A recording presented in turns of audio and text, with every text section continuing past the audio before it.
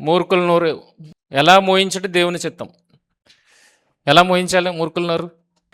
సందర్భం చూద్దాం. సందర్భం ఏంటి?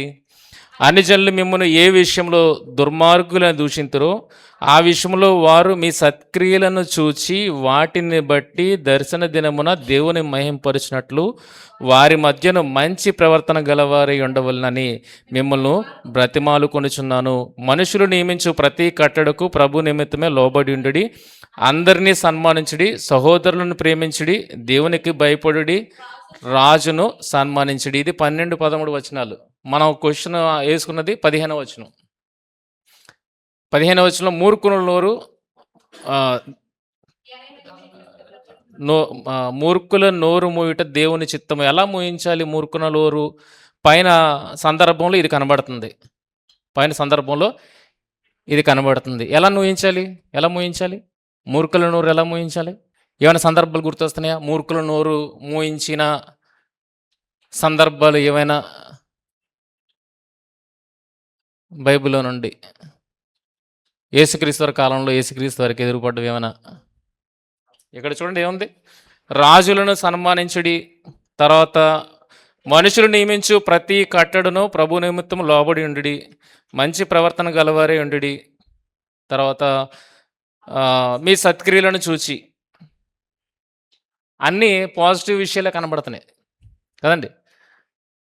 ఇప్పుడు వీటన్నింటిని దృష్టిలో పెట్టుకొని ఏ రకంగా ఒక మూర్ఖునికి సమాధానము ఇవ్వాలి చూడండి. అన్నీ ఇక్కడ అది నిజంగా దోషణ అనేది నిజం కాకపోవచ్చు, అయినప్పటికీ మీరు సత్య ప్రవర్తనతోనే ముందుకు వెళ్ళిపోండి, ప్రభు నిమిత్తం లోబడి ఉండండి. కిందన అన్నీ చూడండి. అందరినీ సన్మానించాలి, సహోదరుని ప్రేమించాలి, దేవునికి భయపడాలి, రాజును సన్మానించాలి. ఇందులో ఏది మానకూడదు. ఇవేవి మానకుండా ఒక మూర్ఖునికి ఎలా సమాధానం చెప్పాలి? ఇది ప్రభువు దగ్గర ఎదురైన సందర్భాలు. మూర్ఖులే కదండి అడుగుతారు. అన్ని సూచక్రియలు చేసినా సరే ఇలాంటి క్వశ్చన్లు వేస్తున్నారంటే మూర్ఖులు వేస్తారు. మూర్ఖులకి ఎలాంటి సమాధానం ఇచ్చాడు ఆయన? కపెర్నహూము వచ్చినప్పుడు అరశేకులను పన్ను వసూలు చేయవారు ఆయన యొద్దకు వచ్చి, బోధకుడు ఈ అరశేకులు చెల్లింపడా అని అడుగుగా, చెల్లించినను. ఆయనను మనము వారికి అభ్యంతరం కలుగు చేయకుండానట్లు నీవు సముద్రంలోకి పోయి గాలం వేసి మొదట పైకి వచ్చి చేపను పట్టుకొని దాని నోరు తెరచిన ఎడల 1 షెకెలు దొరుకును, దానిని తీసుకుని నా కొరకును నీ కొరకును వారికి ఇమ్మని అతనితో చెప్పాను. ఒక మూర్ఖులకి ఎలా సమాధానం ఇచ్చాడు? అరే నువ్వెవడెవరో నన్ను అడగడానికి అన్నాడా? ఇది మనం నేర్చుకున్నది, ఇది నేను విన్నది. మూర్ఖునికి ఎలా సమాధానం? నువ్వెవడెవరో నన్ను అడగడానికి కాదు. అది కాదు ఆన్సరు. ఎలా రావాలి మన ఆన్సరు? సత్క్రియతో ఉండాలి,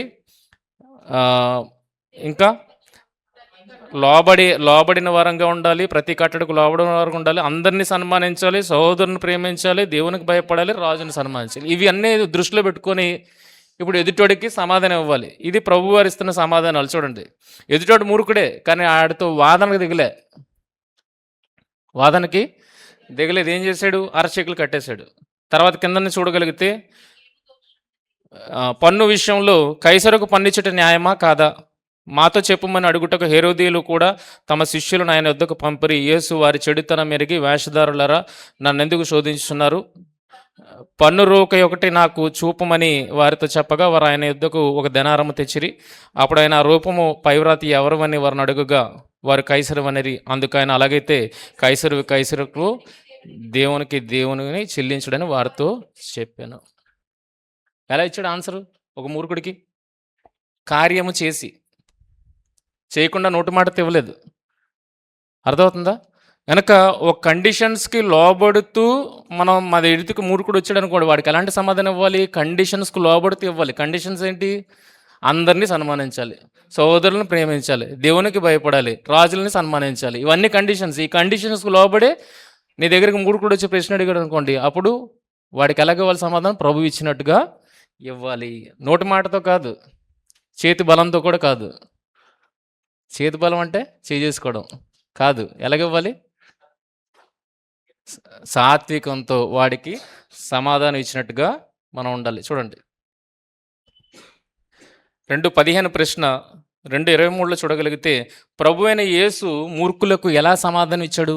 ఆయన సిలువేసిన వాళ్ళందరూ మూర్ఖులు అవునా కాదా? ఆయన సిలువేసిన వాళ్ళందరూ మూర్ఖులు అవునా కదా? ఆ మూర్ఖులకి సమాధానం ఎలాగిచ్చాడు ఆయన? ఆయన దూషింపబడి బదులు దూషింపలేదు.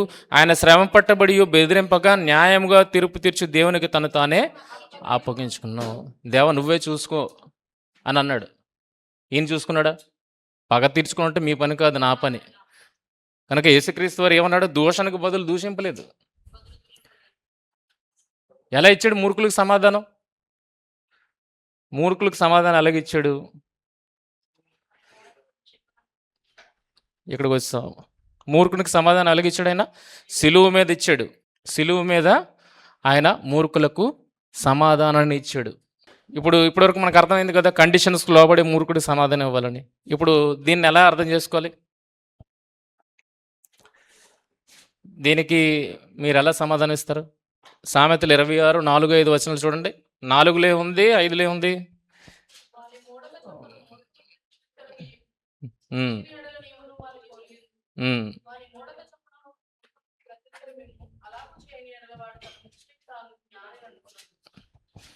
ఇంతకీ ప్రత్యుత్తరం ఇయ్యాలా ఇయ్యొద్దా?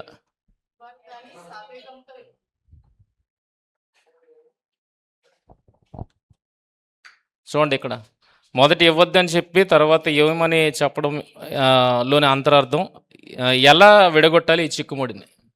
ఇక్కడ ముడి ఉంది, ఆ ముడిని ఎలా విడగొట్టాలి? ఈ 2 రిఫరెన్స్ చదువుతున్నప్పుడు ఆ 2 రిఫరెన్సే మన కళ్ళ ముందు ఉన్నాయి. ఇప్పుడు ఆ 2 రిఫరెన్స్ని అర్థం చేసుకొని మూర్ఖునికి ఎలాగ సమాధానం ఇవ్వకూడదు, మూర్ఖునికి ఎలా సమాధానం ఇవ్వాలి, అక్కడే ఉంది ఆన్సర్. ఎక్కడుంది చూడండి. సేమ్ టు సేమ్ ఉంటుంది చూడండి. వాని మూడత చెప్పున మూర్ఖునికి, అదంతా కామనే.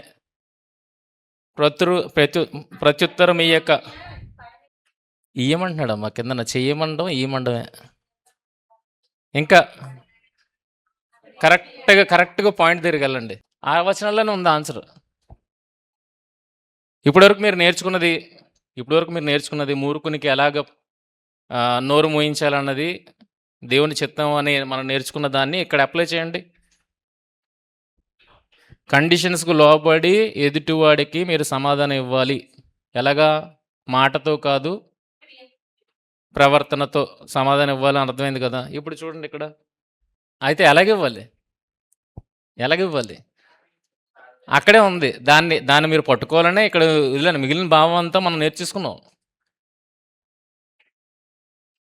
మూర్ఖునికి ప్రత్యుత్తరం ఎలాగివ్వాలనేది మనం నేర్చుకున్నాం. ప్రభు వరకు వెళ్ళాం. ప్రభు శిలువ మీద మూర్ఖులకు సమాధానము ఇచ్చాడు. తను అర్పించుకొని మూర్ఖుడు సమాధానం ఇచ్చాడు అన్నది మనం నేర్చుకున్నాం. ఇదంతా అయిపోయింది. ఇప్పుడు ఈ భావాన్ని బట్టి ఈ విషయంలో, ఈ వచనంలో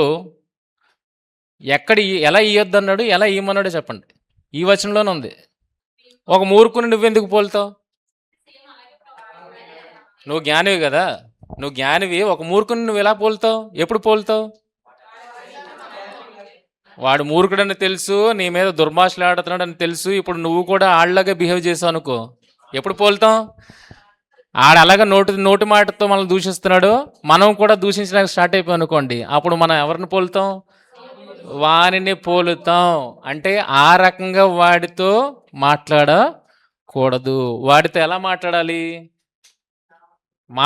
ఖచ్చితంగా మాట్లాడాలి. కానీ ఎలా మాట్లాడాలి? ఈ రకంగా కాదు, ఈ రకంగా జ్ఞానము కలిగిన వాడుగా వాడితో మాట్లాడాలి. ఒక తాగుబోతుడు వచ్చాడు ఒక సెమినార్కి, రాత్రి సెమినార్లో. ఇప్పుడు తాగుబోతుడు వచ్చి ఆడు ఏదేదో మాట్లాడుతున్నాడు. ఇప్పుడు నేను కూడా ఏదేదో మాట్లాడాను అనుకోండి, ఎలాగుంటుంది? ఆడి పరిస్థితి నాకు తెలుసు. ఆడు తాగి ఉన్నాడు, వాడు చెప్తే వినే రకం కాదు అన్నదే నాకు అర్థమైపోయింది. ఇప్పుడు నేను ఎలా మాట్లాడాలి ఆడితోటి?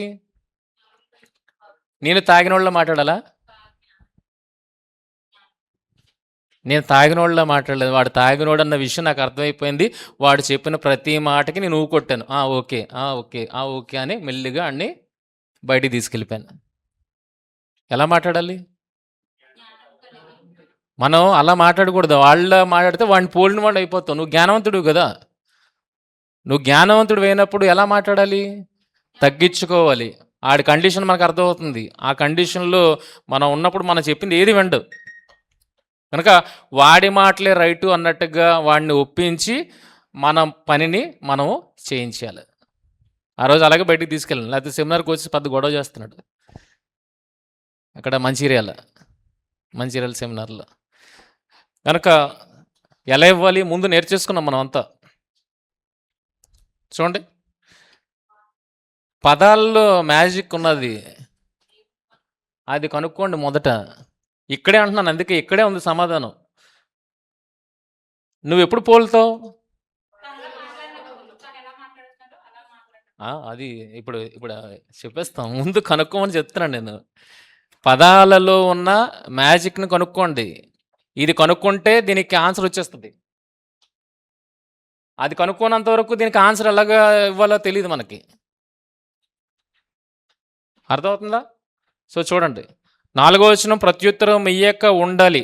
అవును, నోటితో కాదు, బలంతో కాదు, ప్రత్యుత్తరం ఇయ్యాలి. అవును, మంచితనముతో, సత్ప్రవర్తనతో.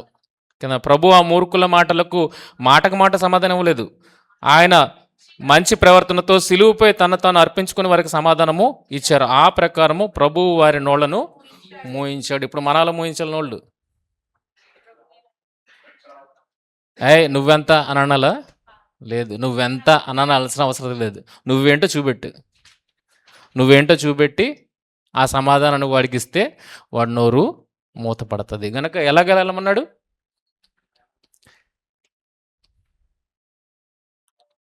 ఎలా వెళ్ళమన్నాడు?